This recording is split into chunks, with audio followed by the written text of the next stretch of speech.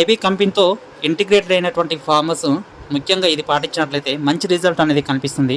ఈ హైబీ చిక్స్ వచ్చేసి రాజ్ బర్డ్స్ కాబట్టి వీటిలో ఇవి సెన్సిటివ్గా ఉంటాయి. అదేవిధంగా ఇమ్యూనిటీ అనేది తక్కువగా ఉంటుంది. చిక్స్ వచ్చినప్పుడు బాగా అబ్జర్వ్ చేసినట్లయితే ఎక్కువగా వేరియేషన్ అనేది కనిపిస్తుంది. కాస్ బ్యాక్ అనేది మార్నింగ్ టైంలో డే 1 నుంచి 6 డే వరకు ఇచ్చేస్తూ ఉండాలి. ఈవినింగ్ టైంలో 100 ml 1000 చిక్స్ ప్రకారం ఇచ్చినట్లయితే ఈ యొక్క చిక్స్లో ఇంటెస్టైన్ అనేది బాగా డెవలప్మెంట్ అయ్యి ఒకే యూనిఫామ్లో అనేది కనిపిస్తుంది.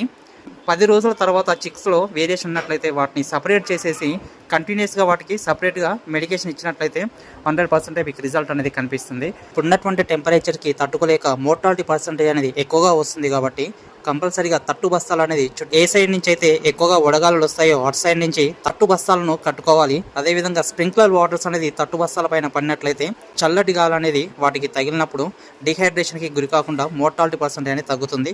ఎలక్ట్రోలైట్ అనేది డైలీ 1 గ్రామ్ 1 లీటర్ అనేది యూజ్ చేస్తూ ఉండాలి.